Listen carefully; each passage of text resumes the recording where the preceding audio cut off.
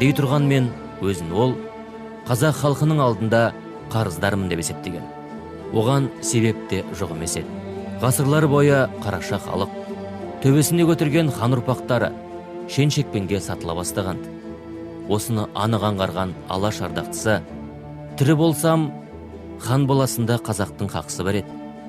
Қазаққа қызмет қылмай қоймаймын деп серт етеді. Өкінішке қарай, өздеріңіздің ұлттық өмірлеріңізді еркін және бөгетсіз құра беріңіздер деген үндеуін Ленин бір жапырақ қағаз ғана деп жарамсыз етіп тастады. Бұл аралықта Алашорда автономиясының басшысы өз мүмкіндігін барынша пайдаланып бақты.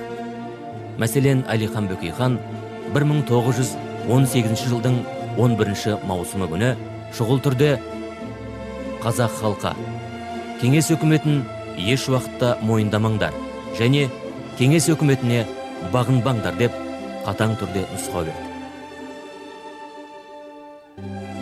Әлекеңнің қатаң нұсқауынан кейін Алашорда жасақтары 1918-1919 жылдары Қызыл әскерге қарсы шайқастарда аянып қалмады. Сондай-ақ ол үкімет мүшелерінің саяси эмиграцияға кетуіне тыйым салды. Қазақтың Қазақстаннан басқа отаны жоқ. Сондықтан да қазақ үкіметінің мүшелері қазақ ішінде қалуы тиіс. Аталған жарлыққа бағынған Алаш ардақтылары жан сауғалап, шетел асудан саналы түрде бас тартты. Ал Әлиханның шетелге кетпей қалуын Қошке Кемеңгерұлы жоғары бағалап, былай деп пікір білдірген. Басқа жұрттың басшылары тым тырақай болып, шет патшалықтарға шығып кеткенде, Әлиханның қоныс аудармай қалуы да елін сүйгендікке дәлел. Егер сол кезде Алаштың зиялылары ұран салып, осындай жанкештілікпен еңбек етпеген болса, онда Алаш автономиясы құрылмас еді. Алаш автономиясы құрылмаса, онда біз кеңестер одағына дербес республика болып ене алмас едік. Ал кеңестер одағына дербес республика болып енбесек, бүгінгі тәуелсіздігімізге қол жетпей қалар еді. Сондықтан да қазақ тәуелсіз мемлекетінің құруының іргетасы Алаш автономиясында жатыр. Алашорда автономиясы 1917 жылдан 1920 жылға дейін 2 жыл 3 ай тәуелсіз мемлекет ретінде өзінің ұлттық саясатын жүргізді. Ал 1918 жылы өзін Ресейдің билеушісімін деп жариялаған Колчак Алашорда мен Башқұртстанды тәуелсіз мемлекет деп мойындаудан бас тартты. 4 жақты қыспаққа қалған Алашордашылар сол кездегі саяси жағдайды ескере отырып, кеңес өкіметін мойындауға мәжбүр болды. Осы тұста жаңағы кеңес өкіметі, құрылтай өкіметі, Колчак өкіметі, ақ гвардияшылар қыспағында қалған Алашорда қандай да бір мықты одақтас табу керек болды. Сол соғыстық анархиядан құтқаратын жағдай.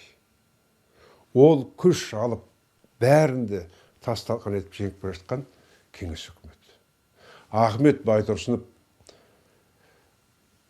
Мәскеуде Сталинмен келісіп, Ленинмен жүздескен кезіндегі бітім бұл одақтастардың бітімі. Яғни Алашорда үкіметі кеңес үкіметін мойындайды. Алашорда үкіметінің барлық қайраткерлері кеңес үкіметінің қызметкері ретінде мемлекет басында еңбек етті.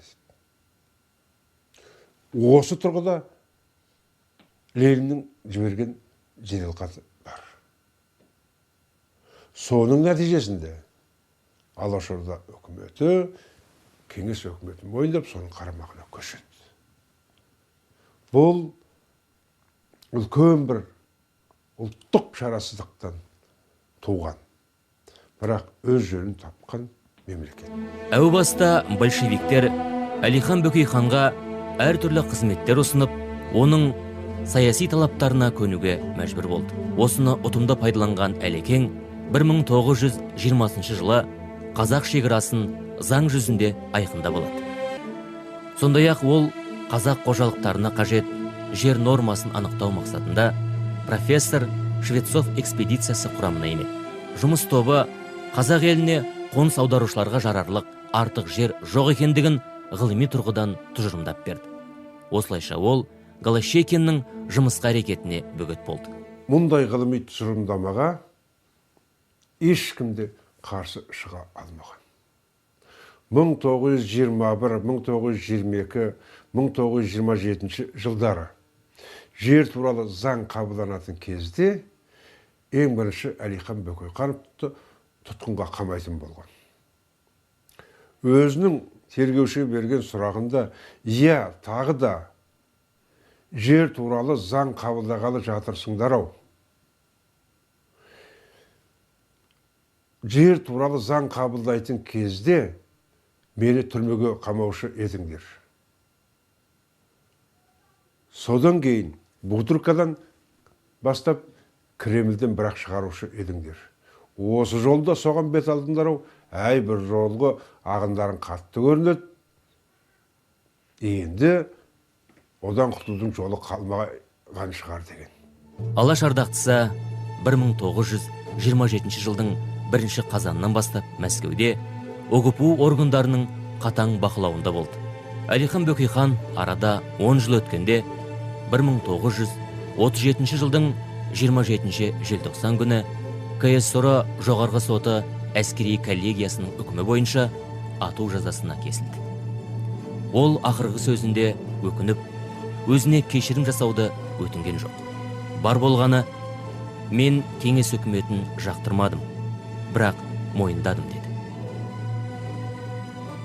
Тергеуші бұлай дейді. Сіз Алашорданы білесіз бе? Сонда Бөкейхан, сен не айтып тұрсың? Алашорданы білесіз бе дегеніңіз не өзі? Мен Әлихан Бөкейханов, Алаш партиясының төрағасы, Алашорда үкіметінің төрағасы, Алашорда саяси кеңесінің төрағасымын. Сіздерше айтқанда, мен Алаш үкіметінің премьер-министрімін. Маған білесің бе деп сұрақ кекетіп сұрақ қоюға болмайды. Өйткені біз Алаш Орда үкіметі, кеңес үкіметін мойындап, біздің өткеніміз ешқасан есептелмейтіндей болып, сіздердің көсемдеріңіз Ленин аралығында қол қойылған. Ленин өліп қалғаннан кейін, ол сіздердің көсемдеріңіз болып есептеле ме жоқ па? Есептелсе, онда оның күші сол күйінде. Ал ол аз десеңіз, ана мұрт қазірде отыр. Оның пікірі пікір ме? Қойған қолы күшінде ме? Күшінде дейді. Ендеше не туралы әңгіме болып отыр? Қандай айып? Маған не Лениннің, болмаса Сталиннің сол шарт бұзылды деген шартын әкеңіз. Әйтпесе мына сөздеріңіз бос сөз дейді. Әлихан Нұрмұхамедұлы Бөкейхан арада 51 жыл өткен соң, яғни 1989 жылы КСР жоғарғы сотының қаулысы бойынша ақталды. Кейінгіге ғибрат аларлық үлгі тастап кетіп, алғыс алармыз ба? Жоқ, далаға лағып, жөнсіз кетіп, қарғыс лағнет алармыз ба?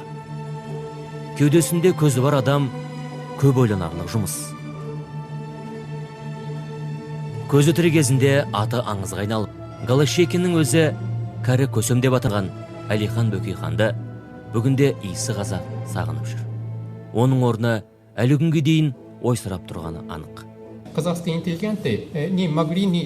Мені қызықтырған олардың көзқарастары. Мәселен, Әлиханның көзқарасында прогрессивтік және европашылық идеямен қатар қазақ дәстүрін және қазақтықты сақтап қалу идеясы болды.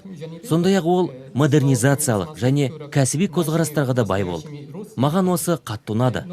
Жалпы Әлихан тұлға ретінде кімді болсын қызықтыратын сөзсіз. Оның жазба стиліндегі терең сараптамасына тәнті боласың. Қалжыңға да кетер емес екенін аңғарасың. Әлиханды қазақ зиялыларының кемел бейнесі десе де болады. Ол орыстың мәдениетінде, қазақтың дәстүрінде жетік меңгерген тұлға. Кезінде Әлихан Алаштың баласы бұл жолы болмаса жақын арада өз тізгіні өзінде бөлек мемлекет болады деген екен. Ұлт көсемінің ұлы арманы орындалғанын өзі көрмесе де, бүгінде оның ұрпағы көр. Сондықтан да кейінгіге ғибрат аларлық үлгі тастап кеткен Әлекеңнің алдында барша қазақ қарыздар.